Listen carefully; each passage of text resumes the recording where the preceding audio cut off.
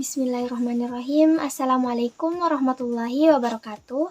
Perkenalkan, nama saya Nur Fatimah dari Program Studi Pendidikan Bahasa Indonesia semester 2 dengan NIM 09 105 80 22 10 26. Nah, pada video kali ini saya akan menjelaskan beberapa materi mengenai pentingnya psikologi pendidikan bagi pendidik dan kontribusinya terhadap proses pendidikan. Yang pertama, saya akan menjelaskan mengenai pengertian dari psikologi pendidikan. Nah, pasti kalian bertanya-tanya, apa itu psikologi pendidikan? Untuk lebih jelasnya, yuk simak video berikut ini. Yang pertama, saya akan menjelaskan mengenai definisi psikologi. Psikologi dapat didefinisikan secara singkat sebagai ilmu yang mempelajari tingkah laku manusia dan hubungan-hubungan antar manusia. Sedangkan pendidikan adalah proses pertumbuhan yang berlangsung melalui tindakan-tindakan belajar.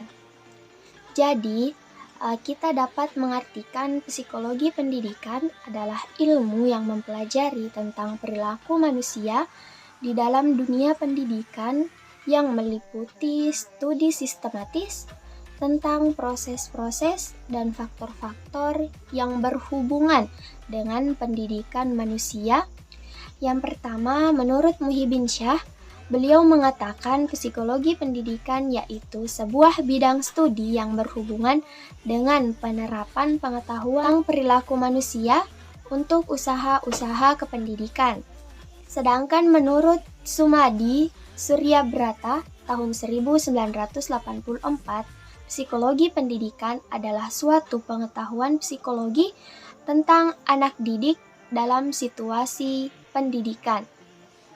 Yang ketiga, menurut Witherington, psikologi pendidikan adalah suatu studi sistematis tentang proses-proses dan faktor-faktor yang berhubungan dengan pendidikan manusia. Selanjutnya, saya akan menjelaskan mengenai ruang lingkup psikologi pendidikan. Menurut Sumadi Suryobroto 1987, ruang lingkup psikologi pendidikan meliputi yang pertama, pengetahuan. Pendidik atau guru perlu memiliki pengetahuan yang lebih untuk memberikan pengajaran pada anak didiknya. Proses belajar mengajar memberikan dampak secara pengetahuan pada peserta didik yang awalnya tidak tahu tentang materi yang diberikan menjadi tahu. Poin yang kedua, pembawaan. Proses pembelajaran yang interaktif dari guru akan memberikan motivasi dan respon positif dari anak didik saat proses belajar mengajar. Yang ketiga, pendidikan karakter. Karakter psikologi dibentuk dari budaya yang diterapkan selama masa pembelajaran di bangku sekolah oleh pendidik. Budaya berupa aturan-aturan kedisiplinan ataupun asas dari kebudayaan yang ada pada suatu daerah. Yang keempat, perkembangan siswa. Perkembangan siswa tampak dari sikap, cara bicara, interaksi dengan guru. Yang kelima, pengukuran pendidikan. Siswa dievaluasi sampai mana kemampuannya. Selanjutnya, saya akan menjelaskan mengenai kontribusi psikologi terhadap proses pendidikan. Yang pertama, kontribusi psikologi pendidikan terhadap pengembangan kurikulum. Secara psikologis, manusia merupakan individu yang unik. Dengan demikian, kajian psikologis dalam pengembangan kurikulum seyogyanya memperhatikan keunikan yang dimiliki oleh setiap individu, baik ditinjau dari segi kecerdasan, kemampuan, sikap, motivasi, perasaan, serta karakteristik individu lainnya. Yang kedua, kontribusi psikologi pendidikan terhadap sistem pembelajaran. Kajian psikologi pendidikan telah melahirkan sejumlah prinsip-prinsip yang melandasi kegiatan pembelajaran. Yang pertama, agar seorang benar-benar belajar, ia harus mempunyai suatu tujuan.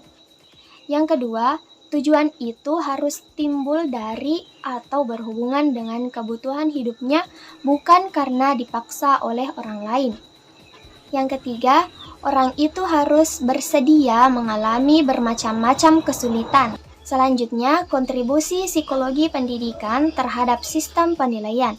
Kajian psikologis telah memberikan sumbangan nyata dalam pengukuran potensi-potensi yang dimiliki oleh setiap peserta didik, terutama setelah dikembangkannya berbagai tes psikologis, baik untuk mengukur kecerdasan, bakat, maupun kepribadian individu lainnya. Apa sih manfaat dari psikologi pendidikan? Nah, manfaatnya yaitu yang pertama, memahami perbedaan siswa. Yang kedua, memilih strategi pembelajaran yang tepat. Yang ketiga, memberikan bimbingan pada siswa. Yang keempat, berinteraksi dengan tepat pada siswa. Yang kelima, memberikan motivasi siswa untuk belajar. Adapun tujuan psikologi pendidikan yaitu membantu siswa untuk patuh pada proses pembelajaran, dapat digunakan untuk mengetahui kemampuan dan potensi peserta didik. Itulah tadi penjelasan materi dari saya mengenai pentingnya psikologi pendidikan bagi pendidik dan kontribusinya terhadap proses pendidikan.